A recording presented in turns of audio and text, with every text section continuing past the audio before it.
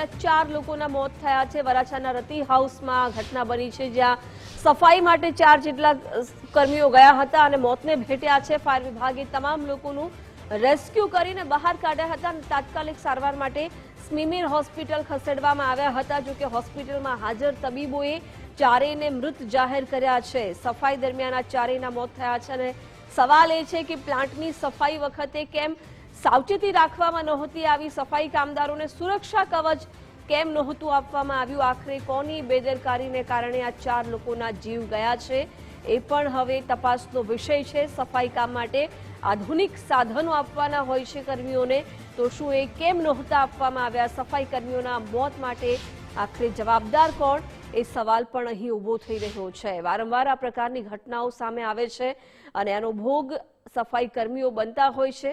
સુરતથી આ વખતે આ બનાવ બન્યો છે, જ્યાં એટીપી પ્લાન્ટની સફાઈ કરવા માટે 4 જેટલા કર્મીઓ ઉતર્યા હતા અને આ 4 મોતને ભેટ્યા છે। રતિ હાઉસમાં આ ઘટના બની છે, 4 સફાઈ કર્મીઓના જીવ ગયા છે। ફાયર વિભાગે તમામનું રેસ્ક્યુ કરીને બહાર કાઢ્યા હતા અને ગંભીર હાલતમાં હોસ્પિટલ સારવાર માટે ખસેડવામાં આવ્યા હતા। જો કે ત્યાં હાજર તબીબોએ તમામ 4ને મૃત ઘોષિત કર્યા અને હવે સવાલ એ છે કે જ્યારે પણ સફાઈ કર્મીઓ છે આ પ્રકારે પ્લાન્ટની સફાઈ માટે ઉતરતા હોય છે ત્યારે સુરક્ષા કવચ આપવાનું હોય છે।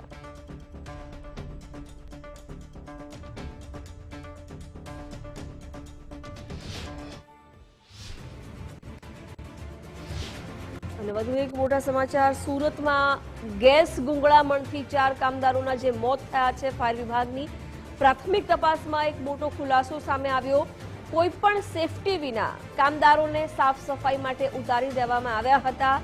જ્વેલરી ઉદ્યોગનું વેસ્ટેજ કેમિકલ પાણી ટેન્કમાં છોડવામાં આવે છે। ટેન્કની સાફ સફાઈ માટે બહારથી કામદારોને બોલાવવામાં આવ્યા હતા। કામદારો સાફ સફાઈ દરમિયાન બેભાન થઈ અને ઢળી પડ્યા હતા।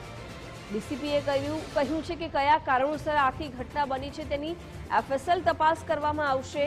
તપાસ બાદ મોતનું સચોટ કારણ બહાર આવી શકશે। કંપની દ્વારા નિયમોનું પાલન થયું છે કે નહીં તેની પણ તપાસ કરવામાં આવશે।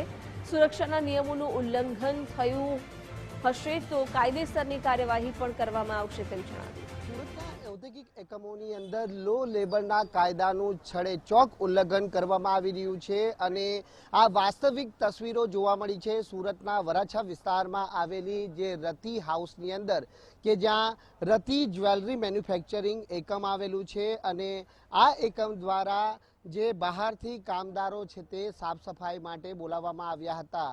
જે રતિ જ્વેલરી મેન્યુફેક્ચરિંગ જે એકમ છે તેના એટીપી પ્લાન્ટની અંદર જે મેન્યુફેક્ચરિંગનું જે કેમિકલ વેસ્ટેજ પાણી નીકળે છે તેની સાફ સફાઈ માટે બહારથી 4 જેટલા કામદારોને છે તે અહીં બોલાવવામાં આવ્યા હતા અને એટીપી પ્લાન્ટની સાફ સફાઈ કરતી વેળાએ અચાનક ગેસ ગુંગળામણ થી આ 4 કામદારો છે તે બેભાન થઈ પડ્યા હતા। જો કે બનાવની જાણકારી મળતા સ્થળ પર પહોંચેલી ફાયર વિભાગની ટીમે તાત્કાલિક એટીપી પ્લાન્ટની અંદર પડેલા બેભાન 4 કામદારોને છે તે રેસ્ક્યુ કરી અને સારવાર અર્થે સ્મીમેર હોસ્પિટલ ખાતે ખસેડવામાં આવ્યા હતા, પરંતુ ફરજ પરના હાજર તબીબોએ આ 4 કામદારો અને છે તે મૃત જાહેર કર્યા હતા। પ્રાથમિક તપાસમાં કઈ બેદરકારી સામે આવી રહી છે આપણે જાણવાનો પ્રયત્ન કરીશું। ફાયર ઓફિસર રજીત ખડિયા આપણી જોડે ઉપસ્થિત છે। રજીતભાઈ, આપ કેટલા વાગે અહીં આવ્યા અને શું જોયું? અમે 10:22 કોલ હતો, એટલે 10:25 થી 27 વચ્ચે અમારી ટીમ અહીં પહોંચી ગઈ હતી। પહોંચીને જાણવા મળેલું કે ભાઈ જે ફાયર વિભાગને કોલ મળેલો એ એવો મળેલો કે ભાઈ કોઈ પાણીની લાઈન છે એમાં પડી ગયેલા છે, પણ હકીકતમાં લોકેશન ઉપર આવતા જે કંપનીનો જ્વેલર્સની અંદર જે રો મટીરિયલ હોય લોકોનું, જે એની કોઈ ટીપીમાં નીચે પ્લાન્ટ બનાવેલો છે બેઝમેન્ટની અંદર અને અહીંયા કોઈ મટીરિયલ લોકો ભેગું કરતા હશે, એટલે એની અંદર 4 વ્યક્તિઓ અંદર ઓલરેડી બેભાન અવસ્થામાં ટાંકીની અંદર જ હતા। ફાયર વિભાગ અમારી ટીમ દ્વારા આવી અને તાત્કાલિક જે એમને અમારા પીપીસ પહેરી અને રોપ વગેરેથી એમને બહાર કાઢી અને સ્મીમેર હોસ્પિટલ ખાતે મોકલી આપેલા હતા। એટલે પ્રાથમિક તપાસમાં શું જાણવા મળ્યું? ખરેખર અહીં લેબલ લો અથવા તો જે સેફટીના સાધનો જોવા મળ્યા હતા કે કેમ? હા, અત્યારે તપાસ કરતાં અમને હાલમાં કોઈ પણ જે આ પ્રકારના કામ માટે જે સેફટીના સાધનો છે, જેમ કે BA સેટ છે અથવા ગેસ મીટર છે કે જેની તપાસ કરવાની એવું કોઈ પણ જાતની વસ્તુ અમને હાલમાં અહીં મળેલ નથી. કદાચ મઢમાં ક્યાંક પડી ગયું હોય તો કોઈ અત્યારે કોઈ જાણવા મળેલ નથી પ્રાથમિક. અને જે જગ્યાએ બનાવ બનેલો છે તેની આજુબાજુમાં પણ કોઈ એવા સેફટી પ્રિકોશન કે પીપીસ વગેરેના કોઈ સાધનો અમને જોવા મળેલ નથી. એટલે પ્રાથમિક તપાસમાં એમ કહી શકાય છે કે ક્યાંક બેદરકારી ચોક્કસથી છે. હા, પ્રાથમિક તપાસમાં એવું કહી શકાય કે ભાઈ કોન્ટ્રાક્ટર અથવા જે પણ હશે, જે પણ પાર્ટીને બેદરકારી પ્રાથમિક તપાસમાં એવું કહી શકાય કે ભાઈ બેદરકારી ચોક્કસપણે છે એવું. ફાયર વિભાગના અંડરમાં આ એકમ આવતું હોય છે એ વાત ખરી? ના, આ જે એકમ જે છે એ ઇન્ડસ્ટ્રીયલ એકમ છે અને જે ગુજરાત સરકારના નોર્મ્સ મુજબ જે છે આ એકમ ફાયર વિભાગને લાગુ પડતો નથી, જે GHV 68/2021ના શિડ્યુલ પ્રમાણે.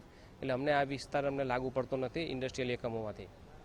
તો આપે જાતે સાંભળ્યું છે કે ફાયર વિભાગની તપાસમાં અહીં સ્પષ્ટ બેદરકારી છતી થવા પામી છે. કોઈ પણ પ્રિકોશનના જે સાધનો છે તે અહીં જે આ બનાવ બન્યો છે ત્યાં જોવા મળ્યા નથી. એટલે કાં તો કોન્ટ્રાક્ટર કાં તો પછી કંપનીના જ કરતા હર્તાઓ દ્વારા જે ETP પ્લાન્ટની સાફ સફાઈ માટે આ ચારેય કામદારોને છે તે અહીં લાવવામાં આવ્યા હતા, પરંતુ જે સુરક્ષા અને સેફટીના સાધનો વગર જ જ્યારે આ ચારેયને ETP પ્લાન્ટની અંદર જે ઉતારવામાં આવ્યા ત્યારે ગેસ ઉત્પન્ન થવાના કારણે ગુગળામણથી આ ચારેય લોકોના મોત થયા હોવાનું હાલ પ્રાથમિક કારણ છે તે સામે આવી રહ્યું છે. પરંતુ જોવાનું એ રહેશે કે જે લેબર લો કાયદાનું ઉલ્લંઘન કરતા આવા તત્વો સામે કયા પ્રકારની કડક કાર્યવાહી છે તે શહેર પોલીસ તરફથી હાલ કરવામાં આવે છે.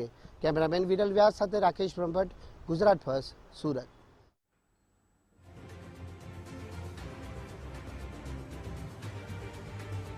તો તપાસ બાદ જ આ મોતનું સાચું કારણ બહાર આવશે તેવું ડીસીપી તરફથી જણાવવામાં આવી રહ્યું છે, પરંતુ સુરક્ષાના નિયમોનું ઉલ્લંઘન થયું હોય એવું સીસીટીવી પરથી લાગી રહ્યું છે. સુરતના મેયર માયાબેન માવાણી આપણી સાથે જોડાઈ ગયા છે. સ્વાગત છે મેડમ ગુજરાત ફર્સ્ટમાં આપનું. પણ જે પ્રકારે ઘટના આખી બની છે તમારા ધ્યાનમાં આવ્યું હશે કે 4 જેટલા સફાઈ કર્મીઓ પ્લાન્ટની સફાઈ માટે ઉતરે છે અને મોતને ભેટ્યા છે. હેલો જી હેલો, SMC ના ફાયર વિભાગ દ્વારા અમને 10 ને 22 કોલ મળેલો બેન કે રતિ જ્વેલર્સ ખાંડ બજાર ખાતે ટેન્કમાં જે 4 વ્યક્તિઓ ઉતરેલા અને એ જે સફાઈ કરતા હતા તેવી માહિતી અમને ફાયર વિભાગ દ્વારા મળી હતી.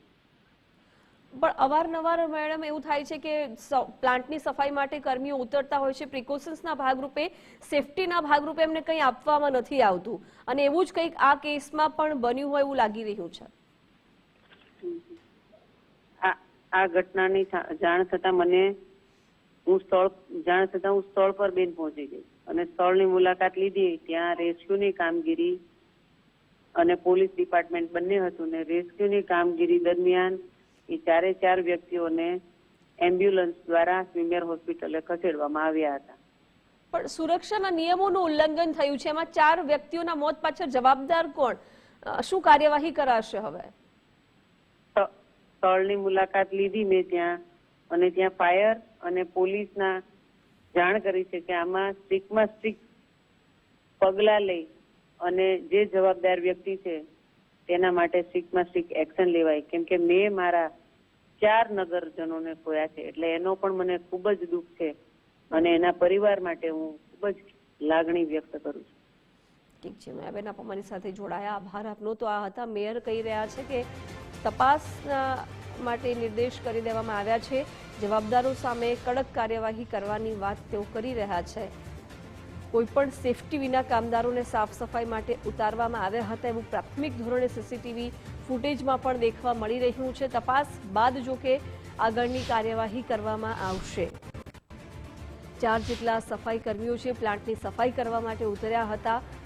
મોતની ઘટના બાદ ફાયર અને પોલીસને માહિતી આપી હોવાનું મેયરે જણાવ્યું. ફાયર વિભાગની પ્રાથમિક તપાસમાં એક ખુલાસો થયો છે કે કોઈપણ સેફટીના સાધનો આ કર્મીઓને આપવામાં આવ્યા નહોતા જ્યારે તેમને સફાઈ માટે પ્લાન્ટમાં उतारવામાં આવ્યા હતા. इसमें प्रिलिमिनरी हमें ये पता चला है कि इसमें जो गैस के कारण या फिर किसी चीज के कारण कुछ पॉइजनिंग हुआ है, लेकिन FSL रिपोर्ट के बाद ही हम इसमें कंफर्म कर पाएंगे कि पॉइजनिंग किसके कारण से हुआ है. जो सेफ्टी प्रोटोकॉल से पहले हमें ये देखना पड़ेगा कि इसमें क्या सेफ्टी प्रोटोकॉल्स हैं.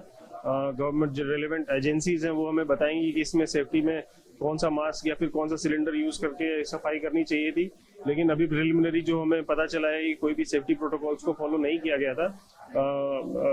जो भी इसमें हम सीसीटीवी फुटेजेस जो है यहाँ पे उससे हम टैली करेंगे और पहले की भी जो सफाई हुई है उसमें भी टैली करेंगे और इसमें हम फिर डिसाइड करेंगे कि इसमें गंभीर बेदरकारी जो एज ए कंपनी की तरफ से है उस पर रिलेवेंट एक्शन लिया जाएगा। कंपनी से जुड़े हुए नहीं थे, ये 3 लेबर थे जिनको लाया गया था और जो एक चौथा था वो कंपनी का सुपरवाइजर था। તો ડીસીપી તરફથી જણાવવામાં આવ્યું છે કે સીસીટીવી ફૂટેજ, એફએસએલનો રિપોર્ટ તમામ પાસાઓને ધ્યાનમાં રાખતા કંપની તરફથી કોઈ બેદરકારી દાખવવામાં આવી છે એ વાત ધ્યાનમાં આવે છે તો જવાબદારો સામે કાર્યવાહી કરાશે।